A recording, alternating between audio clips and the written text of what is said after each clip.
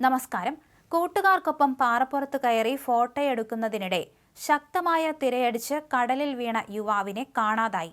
ഒപ്പമുണ്ടായിരുന്ന മറ്റൊരു യുവാവ് അത്ഭുതകരമായി രക്ഷപ്പെട്ടു.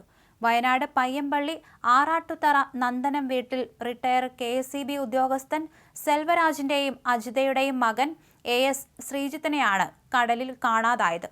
28 വയസ്സായിരുന്നു.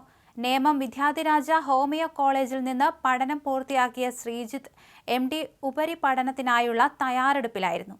ശ്രീജിത്തിനൊപ്പം തിരയിൽപ്പെട്ട സുഹൃത്ത് വിജയ് പാറയിൽ ശക്തമായി പിടിച്ചു കിടന്നതിനാലാണ് അത്ഭുതകരമായി രക്ഷപ്പെട്ടത്. ഒപ്പമുണ്ടായിരുന്ന മറ്റ് 3 സുഹൃത്തുക്കൾ തിരയടിക്കുമ്പോൾ തന്നെ ഓടി മാറിയതിനാൽ അപകടത്തിൽ നിന്നും രക്ഷപ്പെടുകയായിരുന്നു. ശ്രീജിത്തിന്റെ സുഹൃത്തും മെഡിക്കൽ റെപ്രസെന്റേറ്റീവുമായ മൊട്ടമൂട് സ്വദേശി രാഹുലിന്റെ വിവാഹം തിങ്കളാഴ്ച രാവിലെയായിരുന്നു. വിവാഹത്തിനുള്ള മാലയും മറ്റു പൂക്കളും വാങ്ങാൻ ശ്രീജിത്തിനെയായിരുന്നു ഏൽപ്പിച്ചിരുന്നത്. ഇതനുസരിച്ച് ശ്രീജിത്തും സുഹൃത്തുക്കളും പുലർച്ചെ കരമനയിലെ പൂക്കടയിൽ എത്തിയെങ്കിലും ഹാരങ്ങൾ തയ്യാറാകാൻ 1 മണിക്കൂറോളം സമയമെടുക്കുമെന്ന് കടയുടമ അറിയിച്ചു. ഈ സമയത്തിനിടയിലാണ് ഇവർ കാറുകളിൽ വിഴിഞ്ഞത്തേക്ക് പോയത്.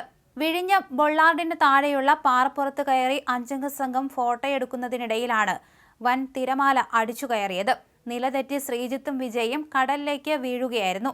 കൂടെയുണ്ടായിരുന്ന സുഹൃത്തുക്കളുടെ നിലവിളി കേട്ടെത്തിയ നാട്ടുകാരായ ചിപ്പി തൊഴിലാളികളും സമീപത്തുണ്ടായിരുന്ന കോസ്റ്റൽ പോലീസും ഉടൻ തന്നെ രക്ഷാപ്രവർത്തനം ആരംഭിച്ചെങ്കിലും ശ്രീജിത്തിനെ കണ്ടെത്താൻ സാധിച്ചില്ല.